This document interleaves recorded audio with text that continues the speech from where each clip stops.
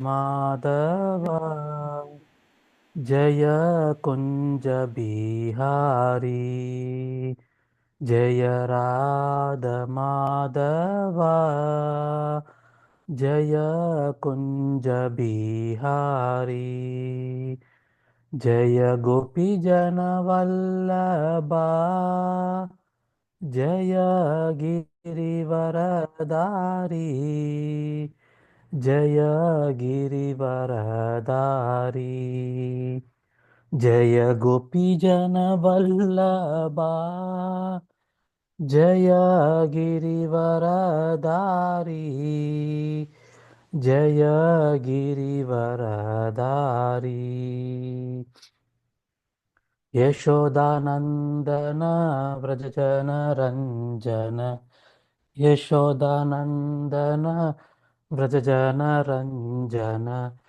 Yamuna Tira Vanajari Yamuna Tira Vanajari Jaya Radha Madhava Jaya Kunja Bihari Hare Krishna Krishna Krishna Hare Hare Rama Rama Rama Hare Hare Hare Krishna Krishna Krishna Hare Hare Hare Rama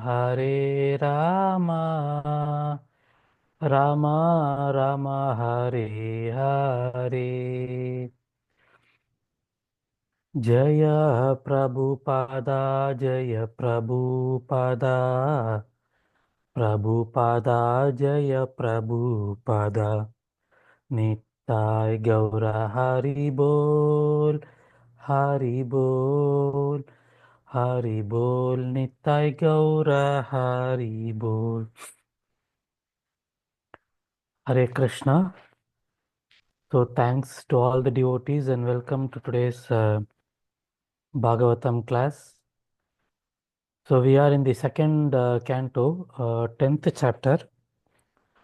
So in this particular, in this chapter, 10 aspects which are covered in Srimad Bhagavatam is basically detailed.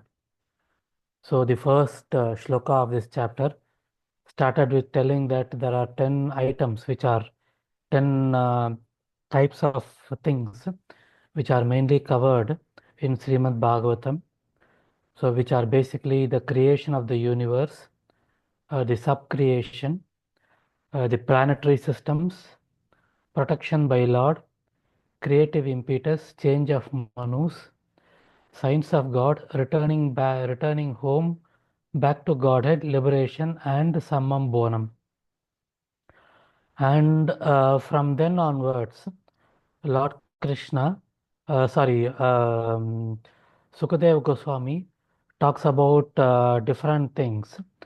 And finally, he first starts about the Mahavishnu form, and then in the last shloka, which is the 8th shloka, it talked about Adhyatmik, Adidevik, and Adibhautik. So in very simple terms, Adhyatmik means the individual, Adidevik means the demigods or the controller of the demigods who are controlling the different senses, and Adibhautik means other living entities. So Adideviks we may not see, Adibhautik we see. So it is what it is in very simple terms. And he is continuing about the cosmic manifestation in this particular shloka onwards. He is continuing. So let us start with today's shloka. the first shloka of the day, shloka number 9. So let us start with the Mangalacharan or Pranam mantra. Om Namo Bhagavate Vasudevaya. Om Namo Bhagavate Vasudevaya. Om Namo Bhagavate Vasudevaya. Narayanam Namaskritya. Naram Chaiva Narottamam. Devim Saraswatim Vyasam. Tato Jayam Mudiryaye. नष्टप्रायेषु अभद्रेषु नित्यं भागवत सेवया भगवते उत्तमश्लोके भक्तिर्भवति नैष्टिकी कृष्णाय वासुदेवाय देवकीनन्दनाय च नन्दगोपकुमाराय गोविन्दाय नमो नमः. So we will start with the shloka number 9 in the second canto, 10th chapter. Ekam ekatara bhave yadano ekam ekatara bhave yadano palabhamahe tritayam tatra yo veda sa atma swa ashrayah ekam ekatara bhave यदा नोपलभामहे त्रितयां यत्र यो वेद स आत्मा स्व आश्रयः. So, this particular shloka, the meaning is that all three of the above mentioned stages of different living entities are interdependent. So, in the previous shloka, we saw that there are three different kinds of living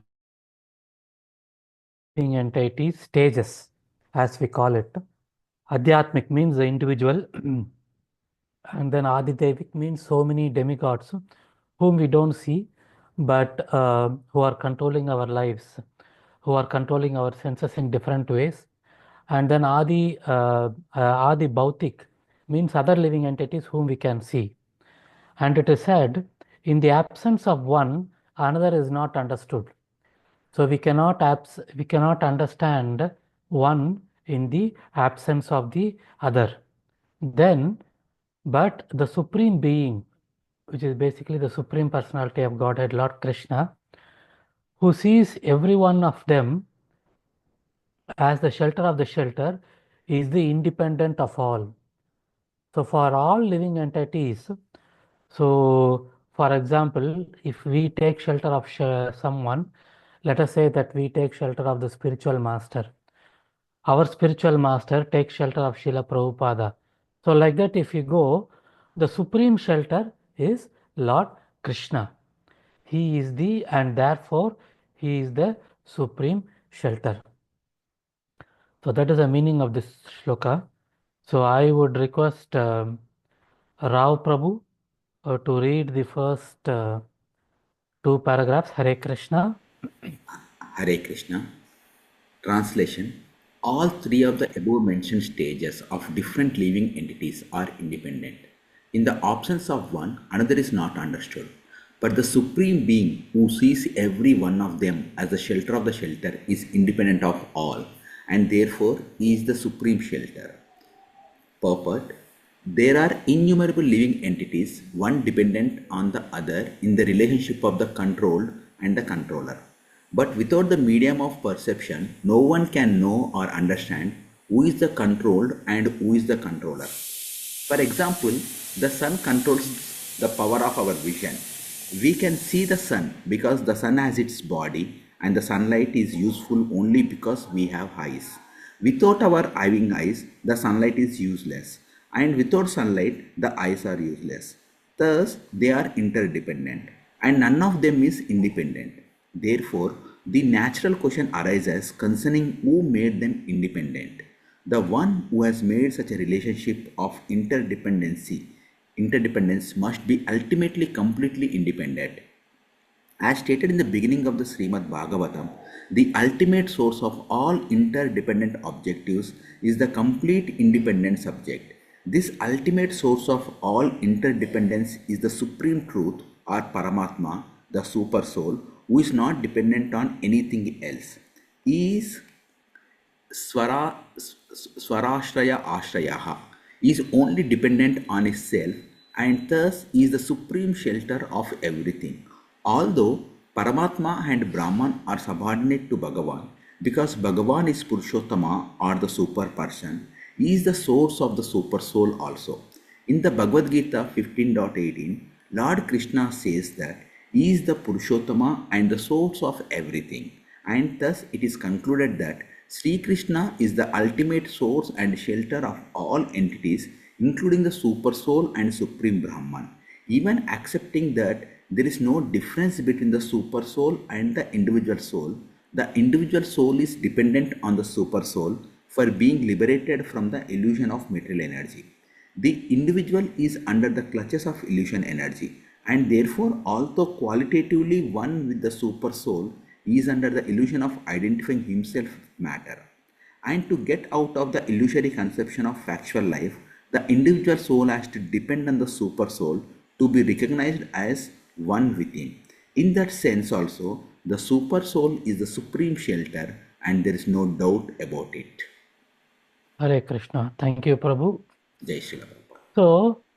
So, in this particular shloka, the Ashraya aspect has been brought out. That is the main essence, main message from this particular shloka. And a very nice example of the sun is given. So we know sun as the sun god, and normally people associate sun to be in a very superior position and the living entities to be in a not to be subordinate, which is true to a particular extent, but it is very nicely explained in the purport that without the sun there is no light, and without light, for example, if we have eyes and there is no light, there is no point, there is no use of our eyes. And at the same time, the sun is also dependent on the eyes, because for example, if there is light and all the living entities don't have eyes, what is the use of the light? So that is the interdependence, that is the kind of interdependence which has been built in between the Adhyatmic, Adidevik and the Adibhautik. So each and every one of us, we are all individuals. We are Adhyatmic. Sun God is Adidevik. So even if Sun God provides the light, if living entities don't have the eyes, the light provided by the Sun God is not of any use. And similarly, if the living entities don't have eyes, we cannot see the Adi Bhautik. And not only that, the Adi Devik Sun God will not have any use, because even though light is there is no one to use the light. So this is the kind of interdependence which has been built in. And this interdependence, understanding this interdependence is very, very important. Some are controllers and some are controlled. For example, living entities, we are all controlled. And the demigod, they are controllers. They are controllers of different senses of human beings. But in turn, the demigods are also controlled by Lord Krishna. And how are they controlled? The controlling factors are basically guna and karma, our quality and our activities. So very nicely it is said in the Bhagavad Gita in the second chapter, Prakrite Kriyamanani Guna Karmani Sarvasaha Ahankara Vimudatma Kartaham Iti Manyate. Say Prakrite Kriyamanani Guna Karmani Sarvasaha. So all the activities which are done by us, they are controlled by Prakriti. They are controlled through the three modes of material nature. Whatever activities we do, It is somehow dictated by what kind of a mode we are in. So they are controlled. At the same time, Prakriti or the demigods, they are also not independent.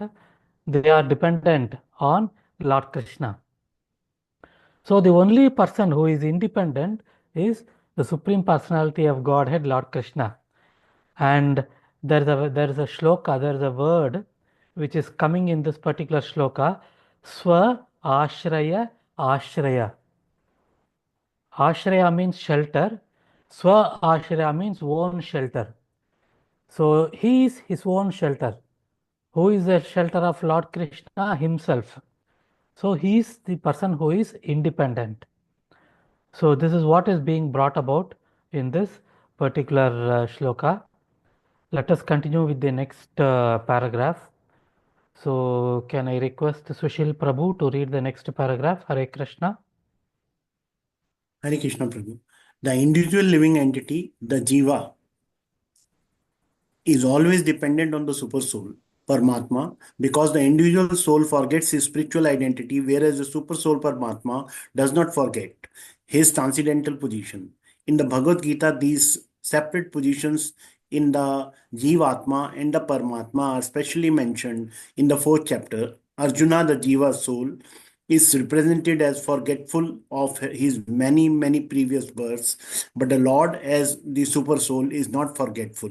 The Lord even remembers when he taught the Bhagavad Gita to the sun god some billions of years before.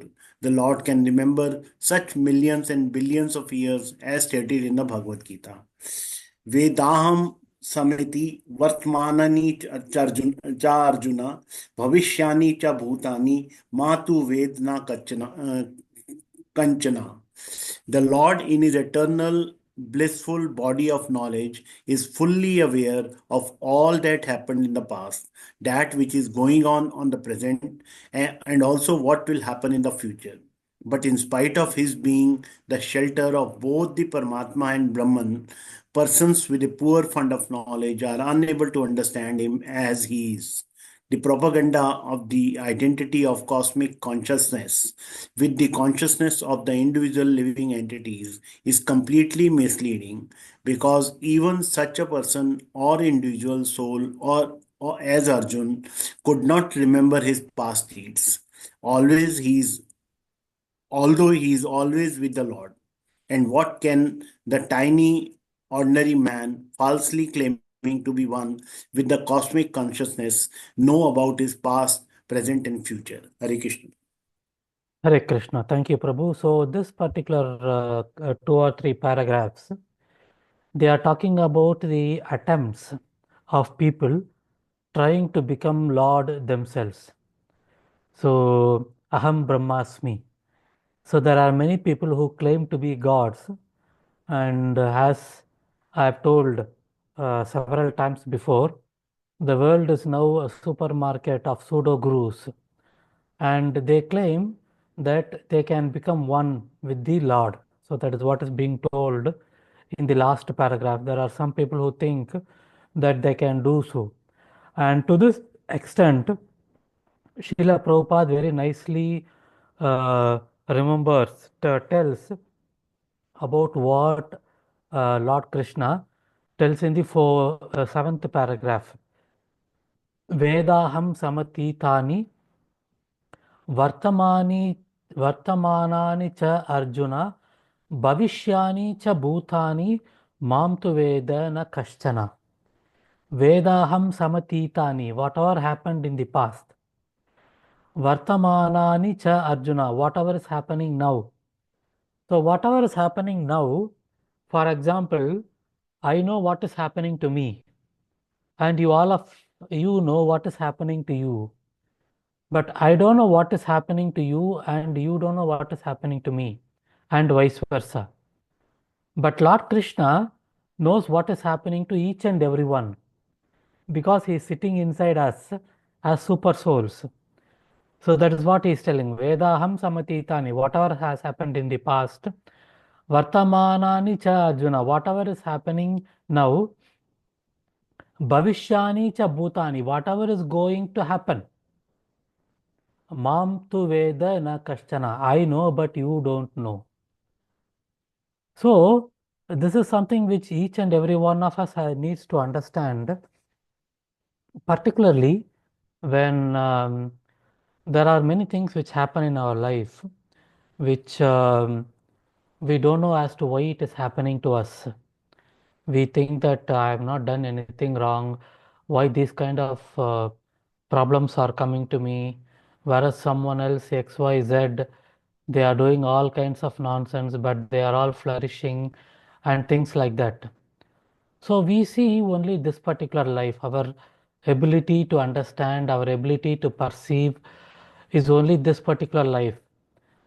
But we are all eternal. We are not the body, we are the soul. So Lord Krishna knows about our previous lives also.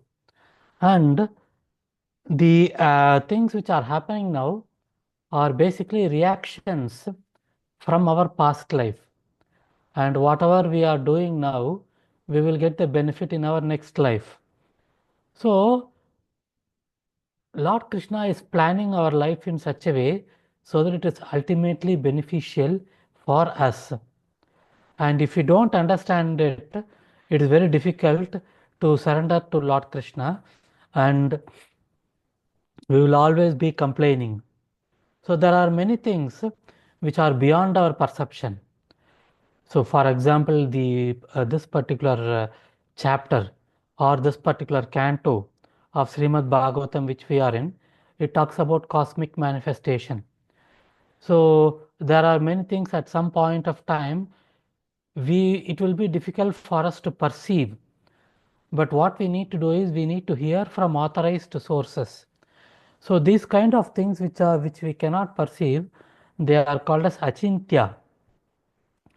So and they can be understood only by shravanam, by hearing, by oral perception. Only thing which we need to be careful is this hearing has to be from authorized sources. So we have to hear from those who have come from the disciplic succession. So when we do that, even those which we are not able to perceive, so we will be able to understand them, we will be able to appreciate them. Not only do we able to understand and appreciate, we will be able to apply the instructions in our life. For example, none of us have seen the next life. So none of us have seen Lord Krishna face to face. So like that, there are different things, but it is explained that Lord Krishna is there in Golokadam. And it is explained by whom? It is explained by Brahmaji. It is explained by Narada Muni. It is explained by Srila Prabhupada. It is explained by our spiritual master. Because in 4.34, about when it is talking about the spiritual master, Lord Krishna very clearly says that you approach a spiritual master. Why? Because Jnaninas Tattva Darshinah. Because they have done the darshan, they will be able to explain. They will be able to explain the understanding to you. So there are many things which we don't perceive because we are controlled. We are controlled directly by the demigods, and we are also controlled by Lord Krishna, and many of the demigods are in turn controlled by Lord Krishna. So there are several layers of control which we are subject to. So because of that, and our senses are also limited. So there are our senses, there are 4 defects in our senses. The first defect is that our senses are not complete. For example, if light is not there as we saw, I cannot see.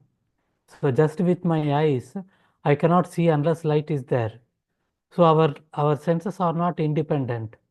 Then the second is that um, we are prone to making mistakes that each and every one of us know. Third is that we are all bound to illusion. Illusion is thinking right as wrong and wrong as right. That we do all the time. There is no need for me to explain. And fourth is the cheating propensity.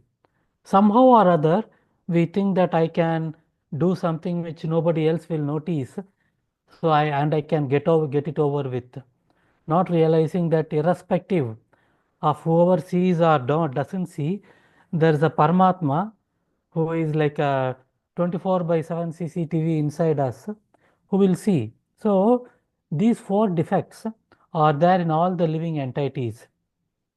And because of that, our ability to perceive, our ability to understand is limited. So that is what is called as achintya. So what we need to do is we need to take shelter of Lord Krishna. We need to take shelter of the spiritual master who has come from the disciplic succession, and through them we can understand this achintya. So this particular shloka is about ashraya, is about taking shelter, is about interdependence. Each and every one of us are in some way or the other dependent on others.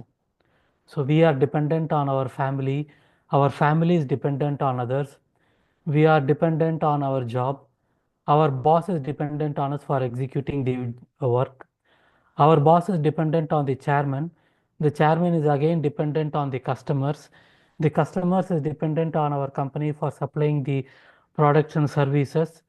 So in each and every aspect, the we living entities are interdependent. We are dependent on one another. And if you remember the first paragraph of this of the purport, Srila Prabhupada says that when we all are interdependent, we are all dependent on one another, we need to think as to who built this dependency. So this dependency is built by Lord Krishna. Why this dependency is built? So that we understand that we are controlled. We are not the enjoyer, but we are controlled. We are not independent, that we are interdependent. And whom are we dependent on? We are dependent on the shelter of Lord Krishna. So he wants us to understand this so that we remember him. How do we remember him? By chanting his holy names, so that we go back home, back to Godhead. So the primary message of this particular shloka is that we need to understand that we are all interdependent, and the supreme shelter of all of us is Lord Krishna. Let us go to the next shloka for the day, second chapter, 10th, second canto, 10th chapter, text 10. Purushondam vinirvidya Purusha andam vinirvidya Yadasau sa vinirgatha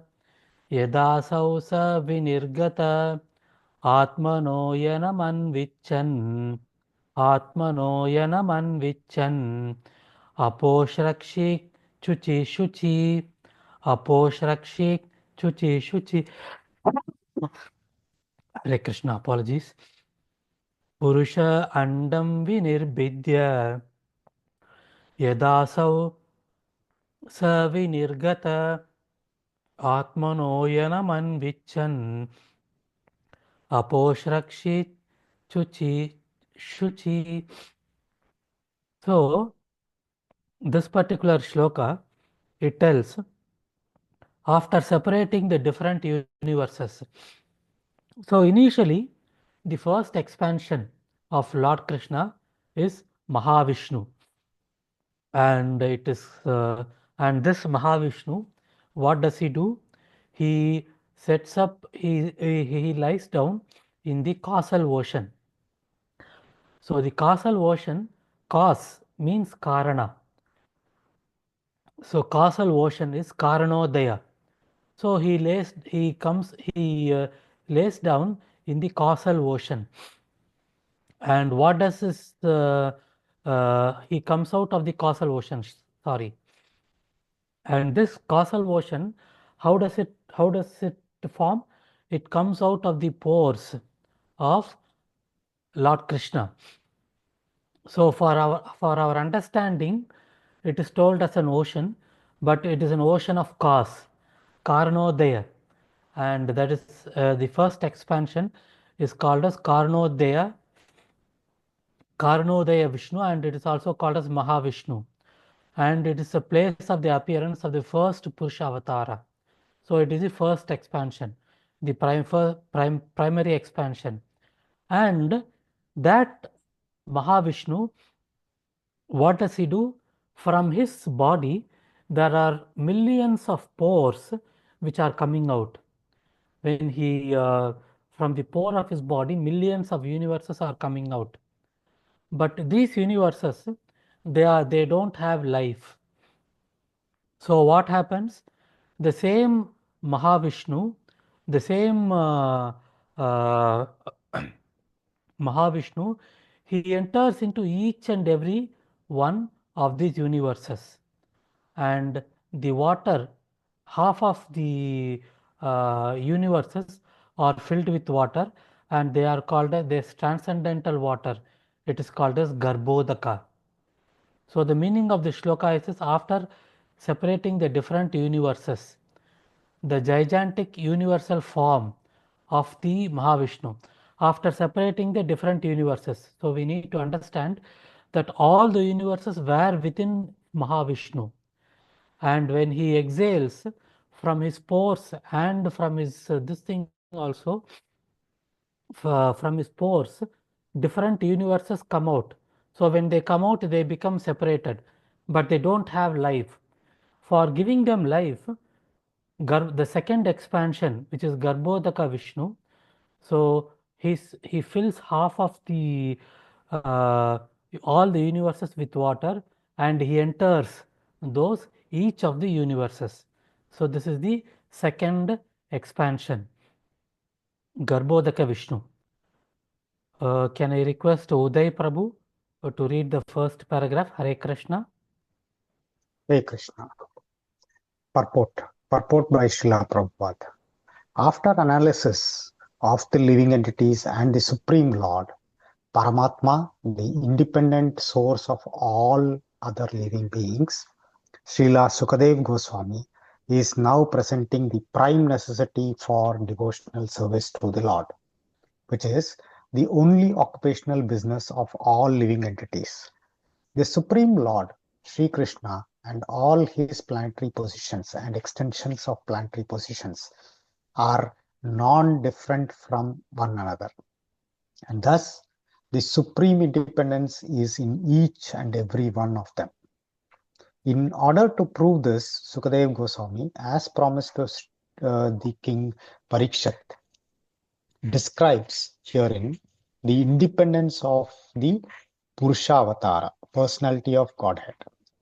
Even in the sphere of the material creation, such activities of the Lord are also transcendental, and therefore they are also Leela or pastimes of the absolute Lord. So pastimes of the Lord are very conducive to the hearers for self-realization in the field of devotional service. Some may argue, then why not relish the transcendental Leela of the Lord as exhibited in the land of Mathura and Vrindavan, which are sweeter than anything in the world. Srila Vishwanta Chakravarti Thakur replies that the pastime of the Lord in Vrindavan are meant to be relished by advanced devotees of the Lord.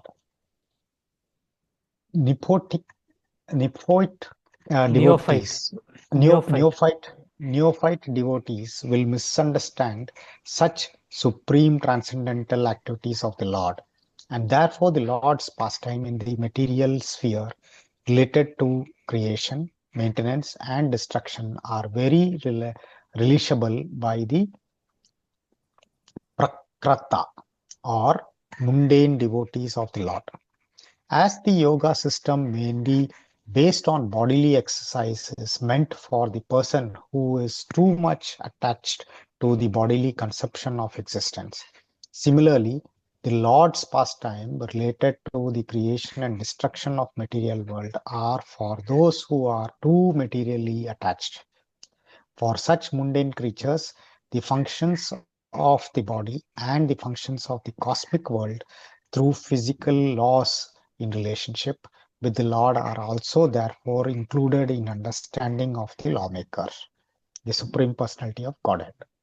The scientists explain the material function by so many technological terms of material laws, but such blind scientists forget the lawmaker.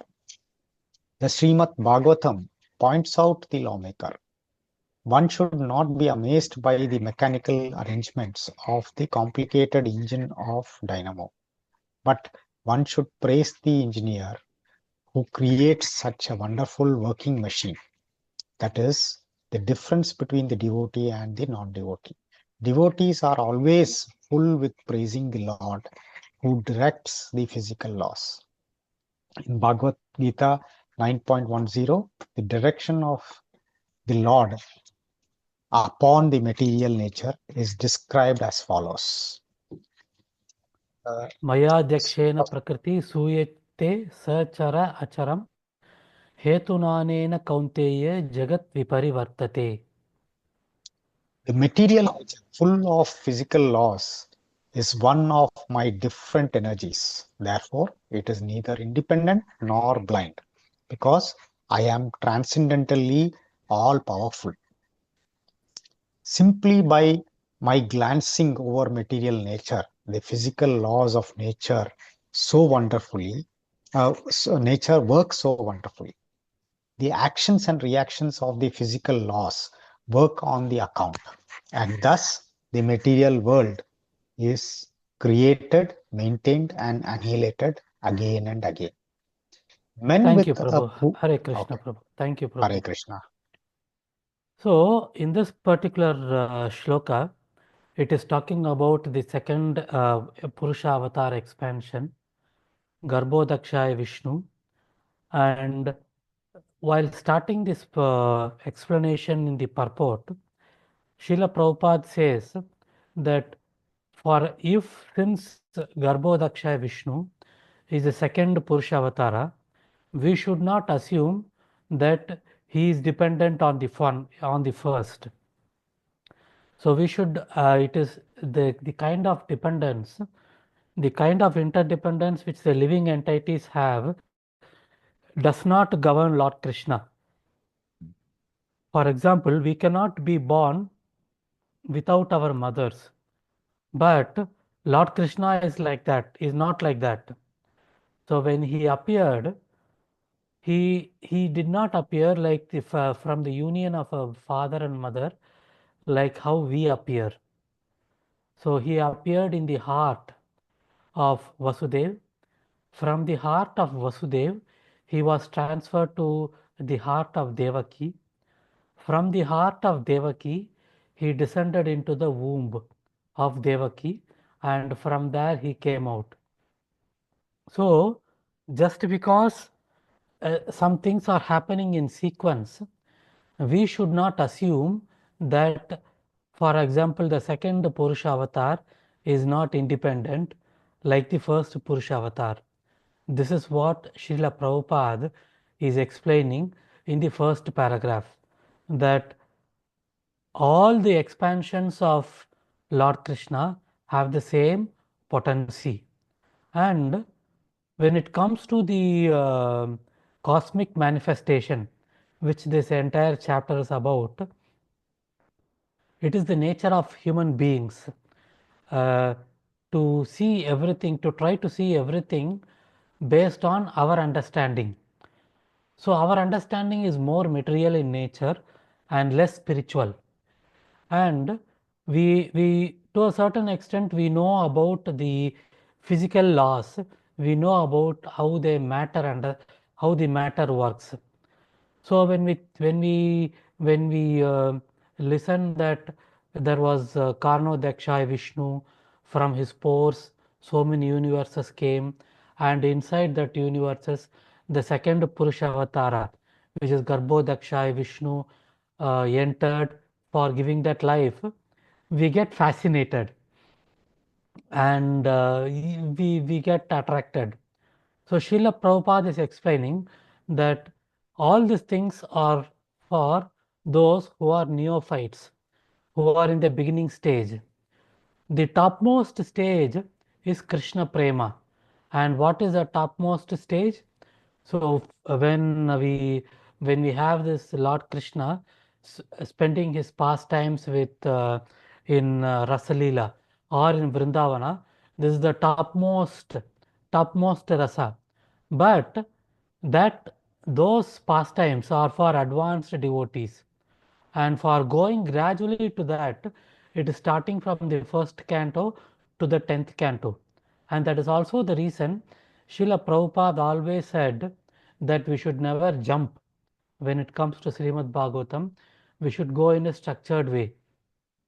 And that is the reason why Sujal Prabhu has also set it in a way that we go from initially to the next, we go from the first canto onwards. So this particular thing, the real theory of creation. So this particular shloka is talking about the creation of the universe, and we should understand that the real theory of creation is told from the Srimad Bhagavatam. So there is what is called as Big Bang theory, that because of collision the entire world came into existence, and there is another theory called as some primordial soup. So there was that soup theory, means that there was something which a mixture of chemicals and all those things already existed, and from that the entire earth became. So both these theories, they are not able to answer so many questions, but the real answer, the real theory is actually coming from Srimad Bhagavatam. And as we saw, the causal ocean is, the cause means it is a substance due to which there is an effect. It is also called as Karana. And the ocean of cause is called as Karanodaya. And so that is the first expansion. And from the pores of that Vishnu, there are millions of universes. And those millions of universes, when they come out of the first Purusha Avatara, Karnodakshaya Vishnu, the universes get separated. That is also what is told in this shloka also. So they get separated, but they don't have life. So the second Purusha Avatara, Garbhodakshaya Vishnu, so what he does, he fills it half with water and he is desiring to lie down in the water. He wants to lie down.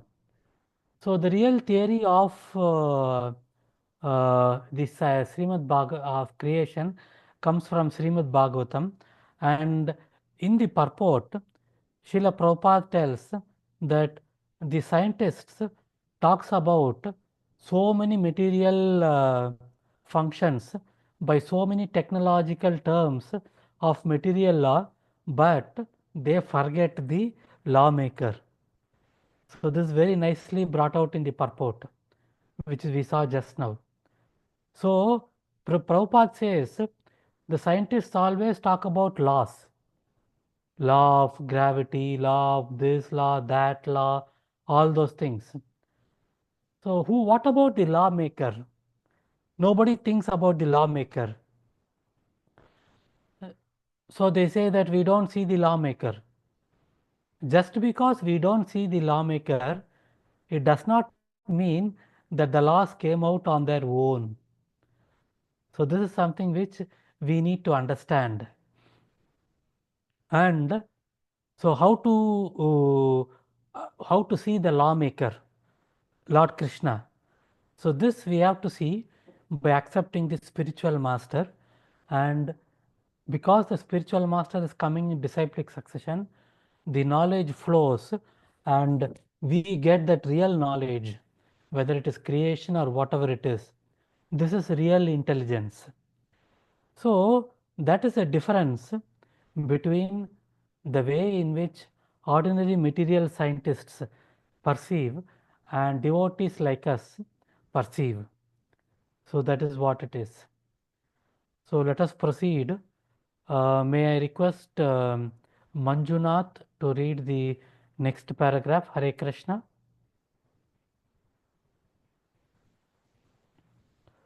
Manjunath Prabhu, are you there? Okay. What about Amit? Amit Prabhu?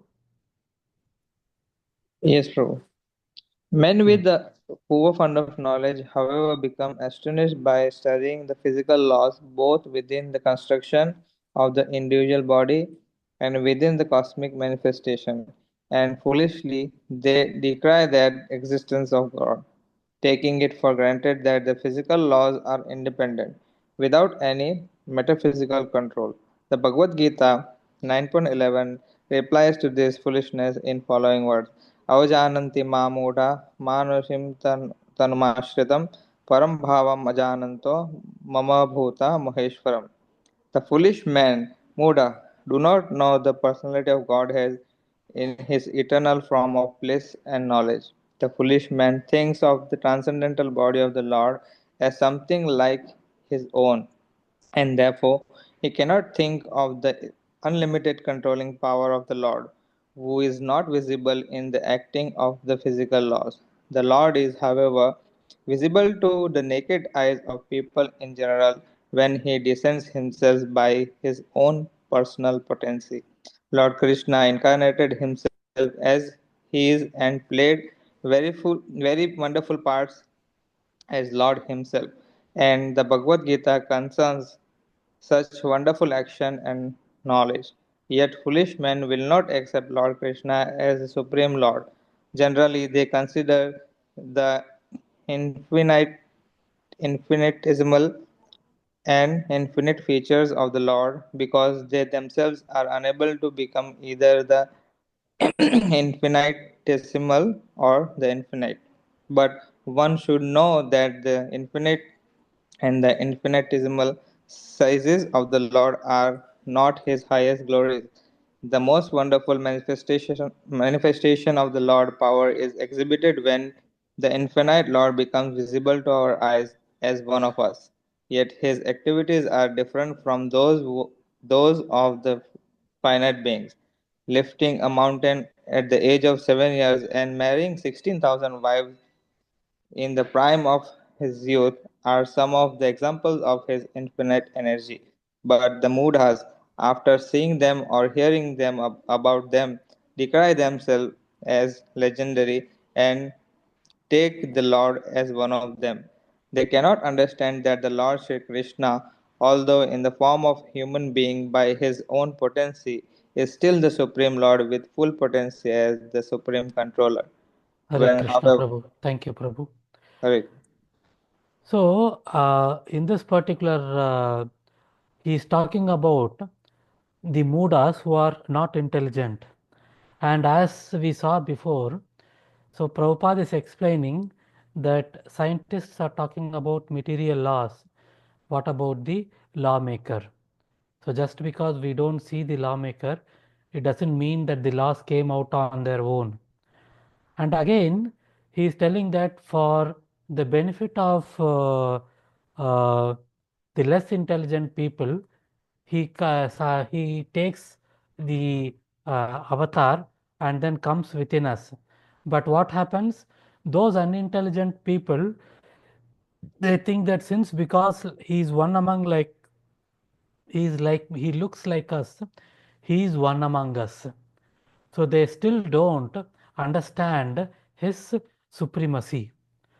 So Srila Prabhupada expects each and every one of us to understand about the Supreme Personality of Godhead. But again, he is also told, he tells so many times that you accept Lord Krishna after proper understanding. No need to accept blindly. Bhagavad Gita, Srimad Bhagavatam, it is basically a science. So it is not art, it is not imagination. Bhagavad Gita is a science. The science, devotional service is a science.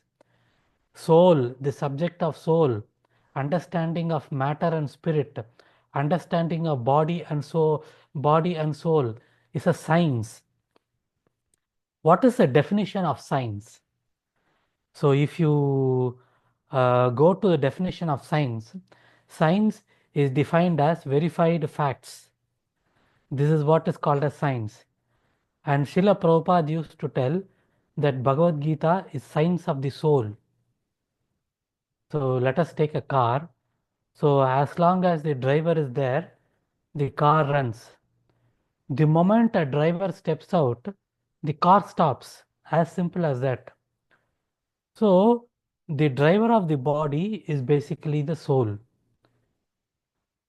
So there are so many, there may be so many objects in this room. So we need to understand as to how the kind of independence which we have been given and how to use it and not use it like the moodas. So let us say that the room in which each and every one of us are sitting, it has different objects. It has this lights, it has table, it has sofa. Can the light think that I am tired of hanging from the ceiling? Let me take a break and then go for a walk. Can the sofa think that I am fed up of sitting in one place? Let me open this window and then take some air inside. They cannot do that. But human beings can do that. So this Prabhu's class is boring. Let me just do something else. So we have this independence. Only thing is, we need to use the independence wisely. We need to use this independence in an intelligent way. So how do we use this independence in an intelligent way? We try to understand what is the difference. What is the difference between me and this table or between me and this light? The main difference is the consciousness, chetana. So we have this consciousness which the objects don't have. Okay, so when we understand that the difference is the chetana or the consciousness, the next step is trying to find out from where this consciousness comes. So when we do that, we understand that, okay, this consciousness is coming not from the body but from the soul. Because for example, when we die, the body is there, but there is no consciousness. So which means that the consciousness does not come from the body, the consciousness comes from the soul. So now the next level, we have understood that we are the soul. Then we need to understand what is the source of the soul, the next step. So the next step is, when we do that, as we saw, there are some things which we don't perceive. So when we try to understand this, when we try to get knowledge of this, we have to take shelter of Lord Krishna. We have to take shelter of the scriptures. We have to take shelter of the spiritual master. We have to listen to instructions from senior devotees and spiritual masters who are coming from the disciplic succession. And when we do that, that is real intelligence. So that is what distinguishes us from the moodas. Can I request RB to read the last paragraph? Hare Krishna. I am seeing as RB. Okay. Sumati Mataji, are you there? Hare Krishna. Hare Krishna, Prabhuji. Yes, Mataji, can you read the last paragraph? Yes, Prabhuji. When, however, the Mudhas give submissive and oral reception to the messages of the Lord, as in Srimad Bhagavad Gita or in Srimad Bhagavatam, through the channel of disciplic succession. Such mudhas also become devotees of the Lord by the grace of his pure devotees. And for this reason only, either in Bhagavad Gita or in Srimad Bhagavatam, the pastimes of the Lord in the material world are delineated for the benefit of those men with a poor fund of knowledge. Hare Krishna, Prabhu. Thank you. Hare Krishna. Thank you, Mataji. So we saw about this particular shloka is about the second Purusha manifestation, Purusha avatar.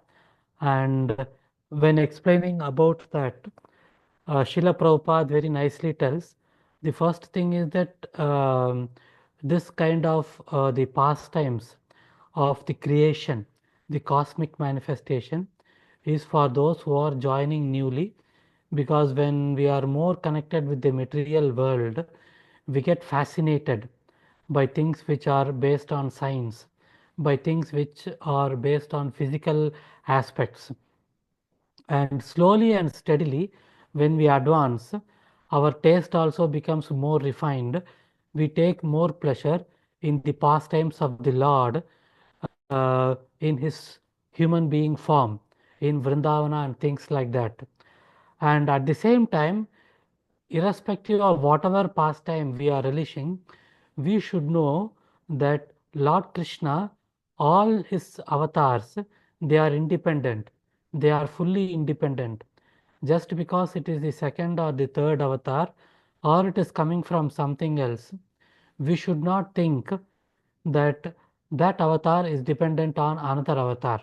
So that is the next thing which we need to understand. And the third thing is that the scientists make the mistake of thinking they are always talking about laws. They are not talking about the lawmaker. This is something which we need to be aware of, that there is a lawmaker. So when we do that, what happens? When we do that, we are using basically our intelligence. So that is what it is. So when we use our intelligence, we saw the example of inert objects. So they don't have the consciousness. The difference between the objects and us is that we have the consciousness. So when we go step by step, the consciousness comes from the soul comes from the spiritual world. And if the spiritual world, we learn about Lord Krishna, Golokadam and everything. So, but the unintelligent people, they still think that Lord Krishna, since he is like, if he's in a human form, they think that he is also like us. But when they also listen to Bhagavad Gita or Srimad Bhagavatam, not from anyone else, through the channel of disciplic succession. So we have to listen from authorized sources. So what happens? They also start becoming devotees. And that is the reason why such pastimes are mentioned. So the pastimes of the Lord are mentioned so that we get attracted towards the Lord, so that we try to learn more and more. That is the reason. So let us go into the next shloka for today, shloka number 11. तासु अवात्सि सृष्टाशु तासु अवात्सि स्वसृष्टाशु सहस्रं परिवत्सरान् सहस्रं परिवत्सरान् तेन नारायणो नाम यदाप पुरुषोद्भव तासु अवात्सीत् स्वसृष्टाशु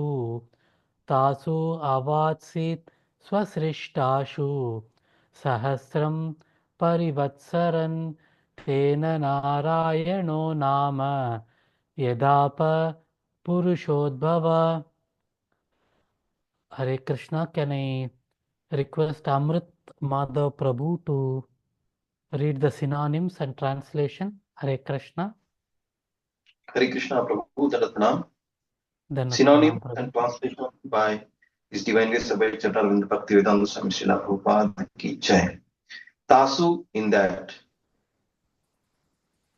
Avatsit resided, Swa own, Srishtasu in the matter of creation, Sahasram 1000, Parivatsaran years of his measurement, Tena for that reason, Narayanaha the personality of Godhead named Narayan, Nam name, Yat because, Apaha water, Purusha Udbhavaha emanated from the Supreme Person. Translation: that Supreme Person is not impersonal and therefore is distinctly a Nar or person. Therefore, the transcendental water created from the Supreme Nar is known as Nar. And because he lies down on that water, he is known as Narayan. Hare Krishna. Hare Krishna. Thank you, Prabhu. So, in this particular shloka, the meaning of the word Narayana is explained. So, we saw that in the previous shloka, Garbhodakshay Vishnu enters into the millions of universes which emanates from the pores of the first Purusha Avatara, Karnodakshay Vishnu. So in each of these millions of universes, he enters down, and we saw that half of each of the universes is filled with water and is desiring to lie down. That is what we saw in the last shloka. So in this shloka, it is told that he is lying down on that water, and the transcendental water, which is filling half of all the universes, is known as Nara, Supreme Nara. So again, the Lord is actually the Lord is also a person, and he is a Nara. Nara means a person. So in the Bhagavad Gita 10th chapter, Lord Krishna says, Naranam aham adipah, means of all the persons, I am king. The king represents among human beings. The king represents me. This is what Lord Krishna says in the 10th chapter of Bhagavad Gita. Naranam aham adipah, something like that it comes. So Nara means a person. So we need to understand that the Lord Krishna is not impersonal. So he is also a person. And the transcendental water which we saw is filling up half of all the million universes, which is going to be impregnated by Garbhodakshay Vishnu, is called as Nara. Why? Because it is coming from the Supreme Nara. Of all the Naras, the Supreme Nara is Lord Krishna. And since the transcendental water is coming from the Supreme Nara, the water is called as Nara. And because he lies down in that water, he is also called as Narayana. So basically, the meaning of the word Narayana is explained here. So why he desires to lie down, why he is lying down, it is based on his own desire. So it is very clearly said so many times, and there is a very nice shloka in the Brahma Samhita also. Srishti Sthiti Pralaya Sadhana Sakti Reka Adhara Shakti Vivanani Bivarti Icchanurupam, something like that it comes. I am not remembering the full shloka. So it says Icha Anurupam. So the Lord does everything out of his own desire. So we have to do whatever we need to do. We need to dovetail our activities according to desires of the Lord. So there is also another aspect, that the Lord has what is called a Sankalpa Shakti.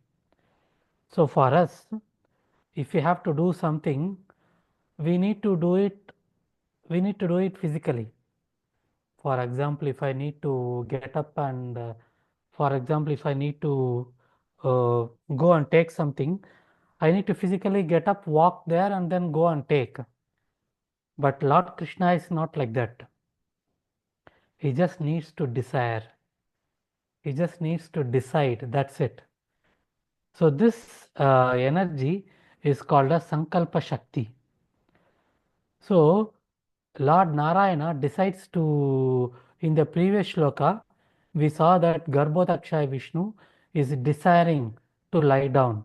So in this shloka, it is a continuation where since the supreme person is all, the supreme personality of Godhead, Lord Krishna, is also a person, and Sanskrit for a person is Nara.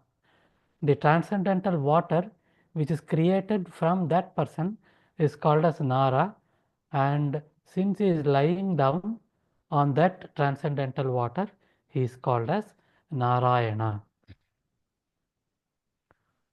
So let us go to the next shloka for the day, so which is text number 12. Srimad Bhagavatam, 2nd Canto, 10th chapter, shloka number 12. Dravyam karma cha kalascha, dravyam karma cha kalascha, swabhavo jiva eva cha, swabhavo jiva eva cha, yad anugrahata shanti, yad anugrahata shanti, nashanti yad upekshaya, nashanti yad upekshaya, द्रव्यं कर्म च कालश्च स्वभावो जीव एव च यद् अनुग्रहतः शान्ति न शान्ति यद् उपेक्षया. So dravyam means the physical elements. So we saw that Bhagavad Gita, Lord Krishna tells Bhumi Rapona Lovayu Kammano Buddhirevacha. So it is the universe is made of 5 elements: Bhumi, earth, then ether, Kammano, Bhumi Anal means fire, then water, and then air. So these are the 5 elements which make up this universe. So this is called as dravyam, physical elements.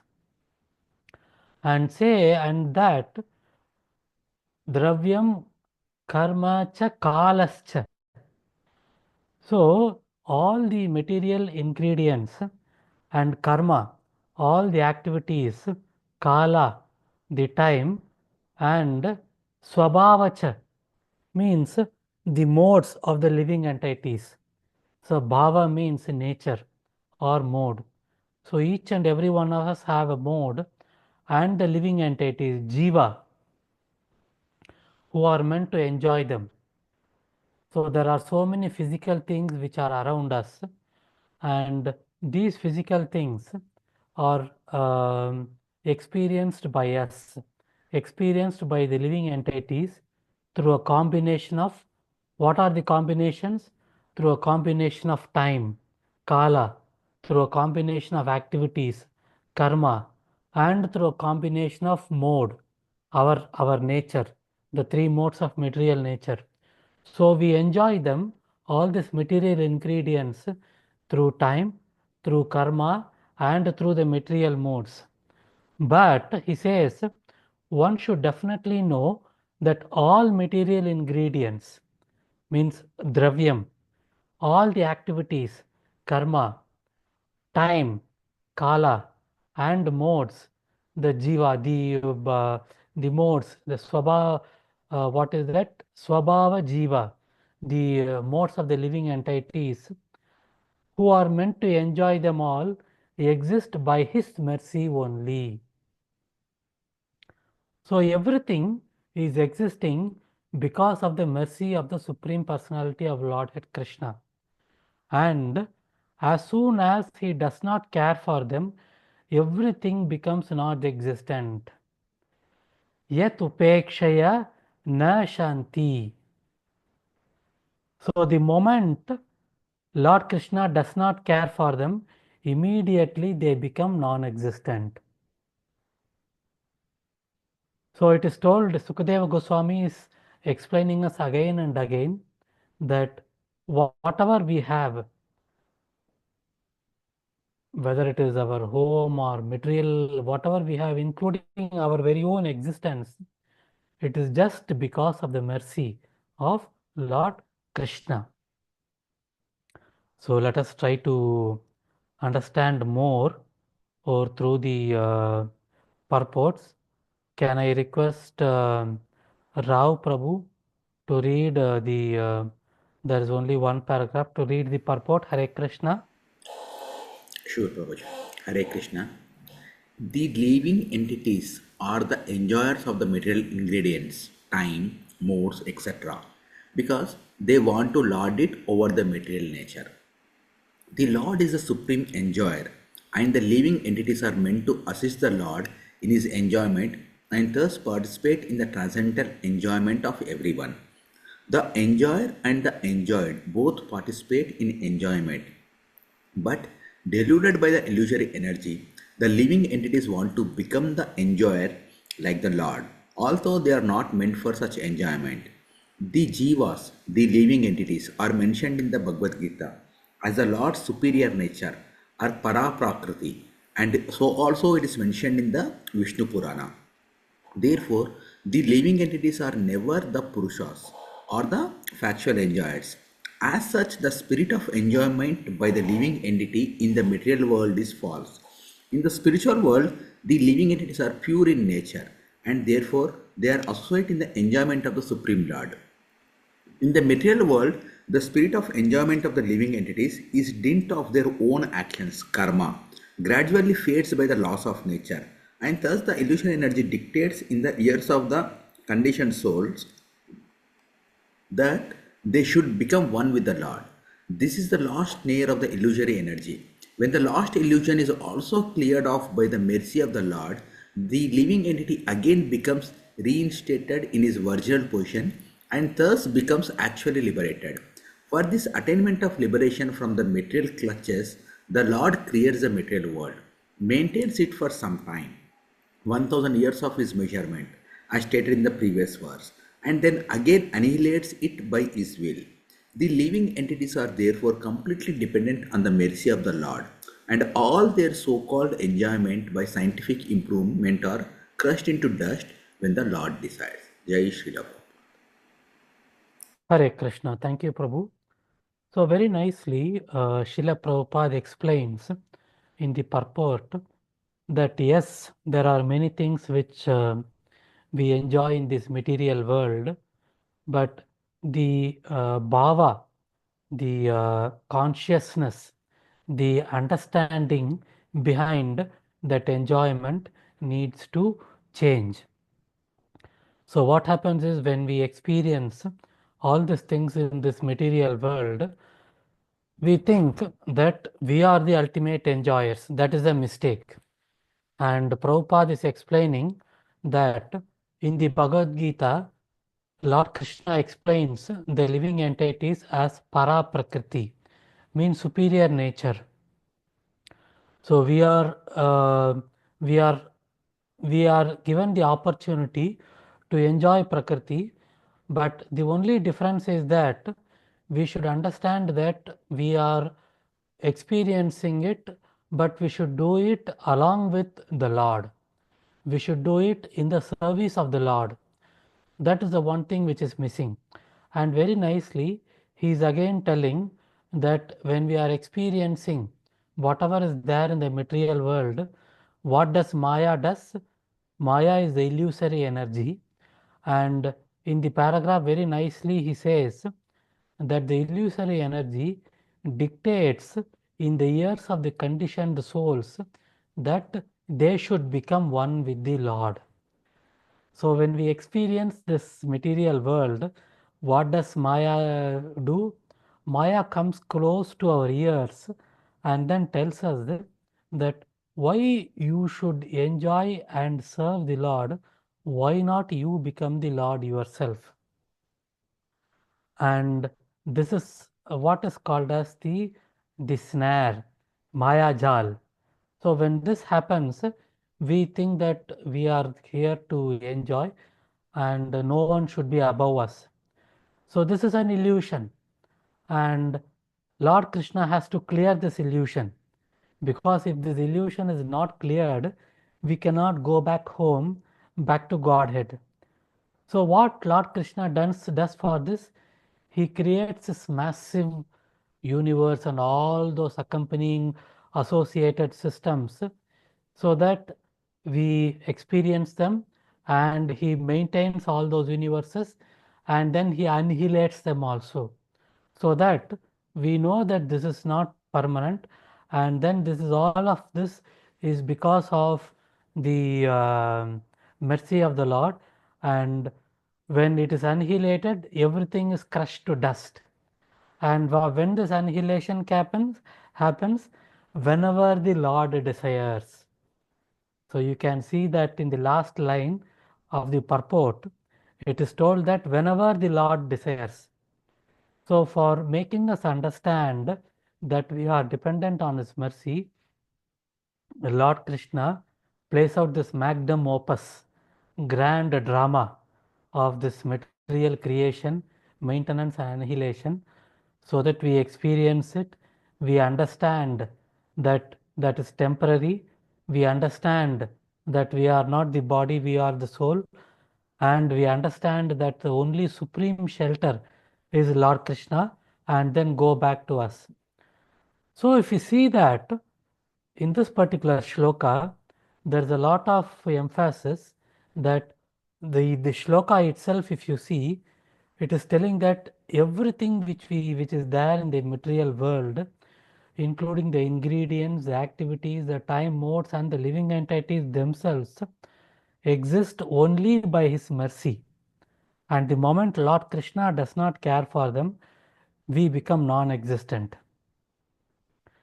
So each and every one of us want to be the center of attraction, want to be the controller.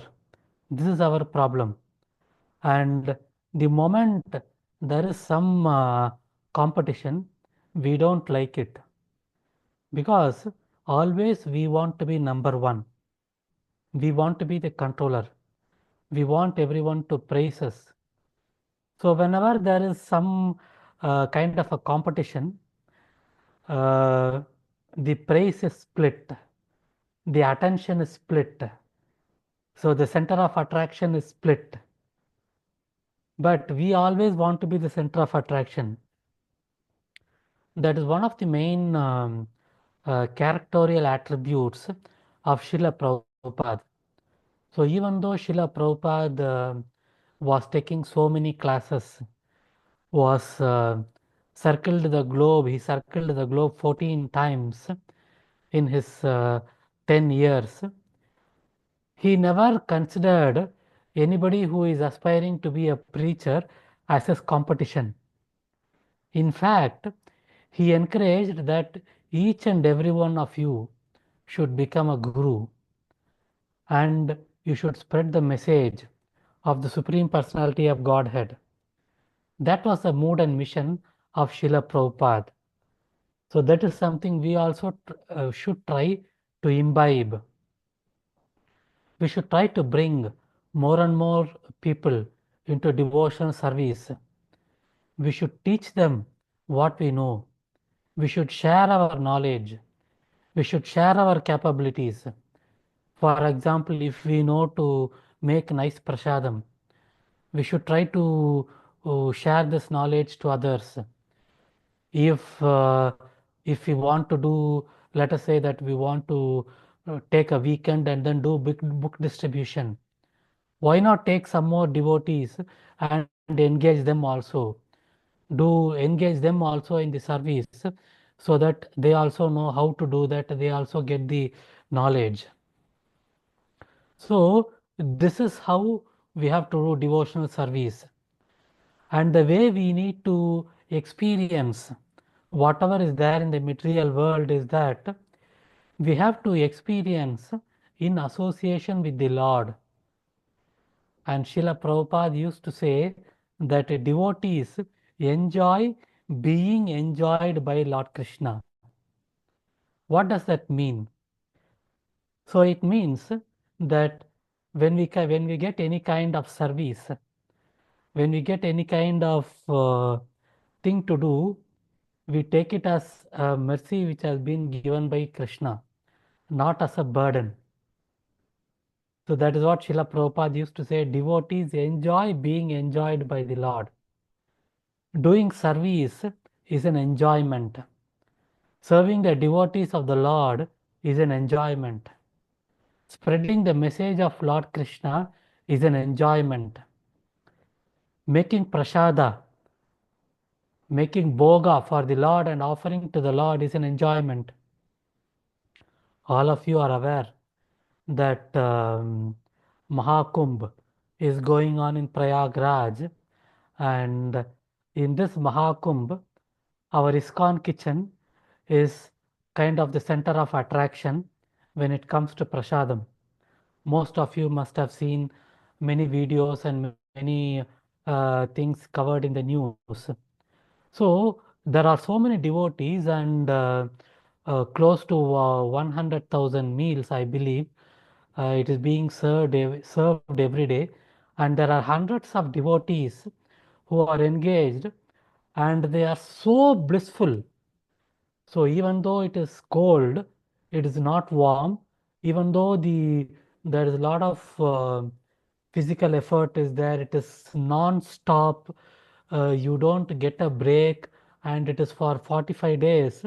They are so blissful. I can see that there are so many devotees, not only from India, even from across the world, who are engaged in different sevas. It is so wonderful.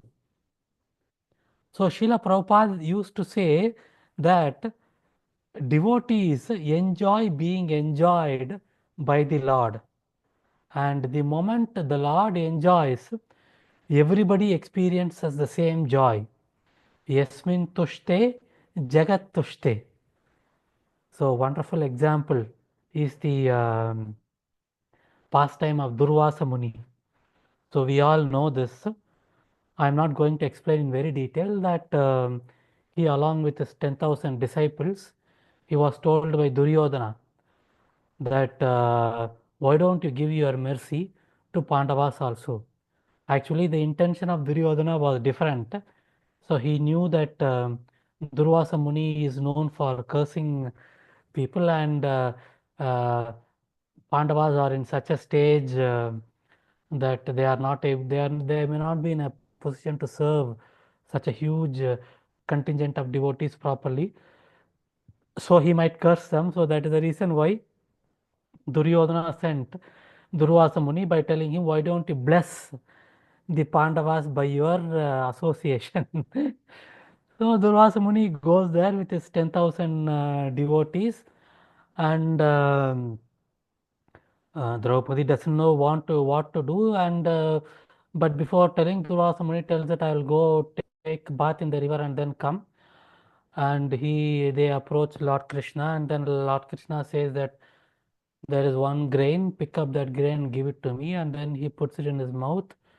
And the moment he puts it in his mouth, he becomes full, and all the Durvasa Muni and the 10,000 disciples feel full, and they think that if I go back to the ashram where the Pandavas are staying, I will not be, since I am full, I will not be able to honor their prasadam.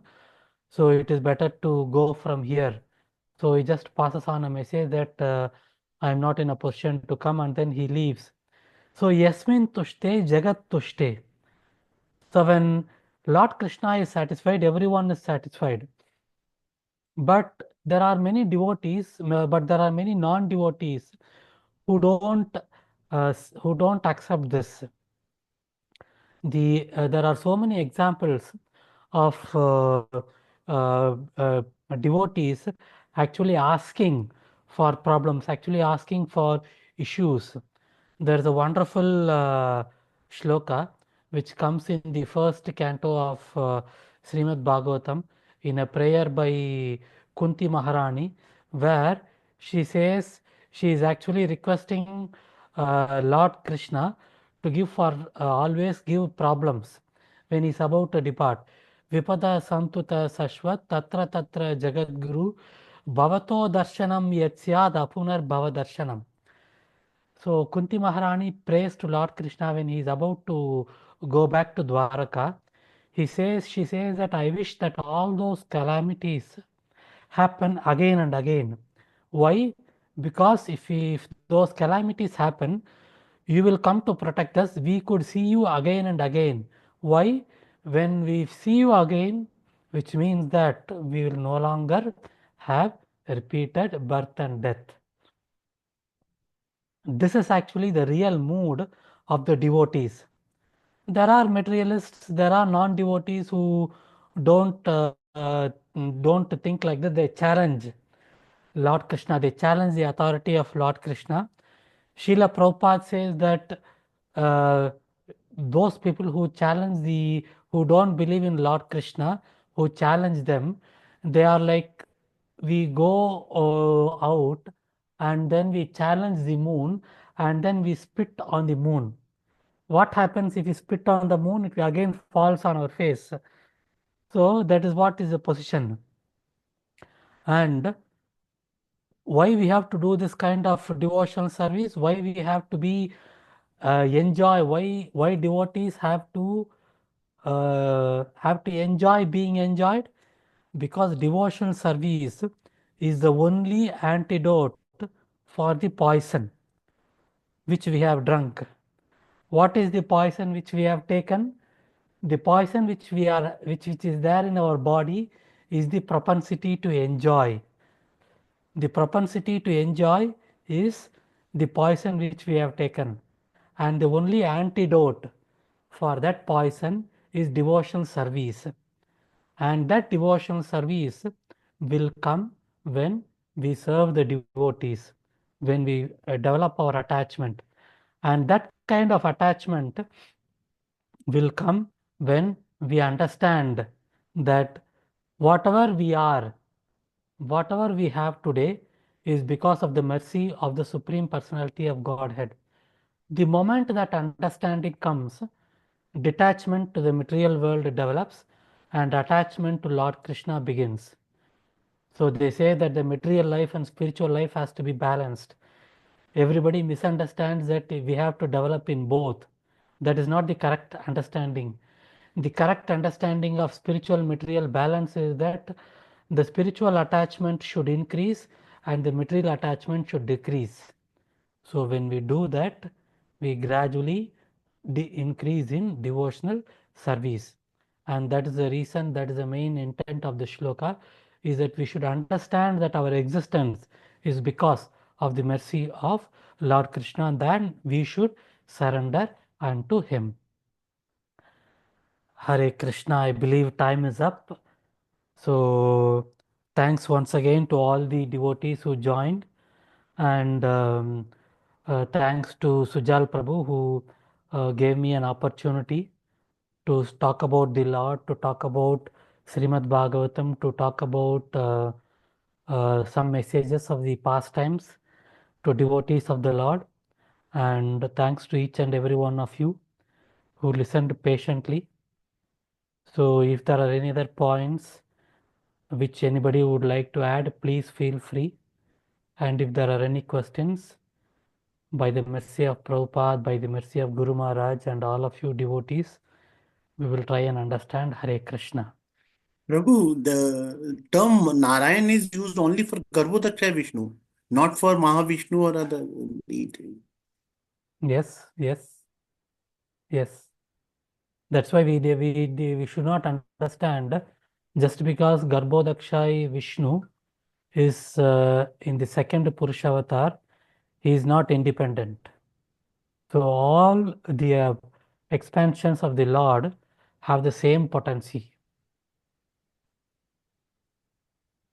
No, the verse says na that he's in that na, he's called as Narayan because he is in that ocean. It means Mahavishnu is not called Narayan. Yeah, Garbhodaksha Vishnu is called Narayan. Yes. Okay.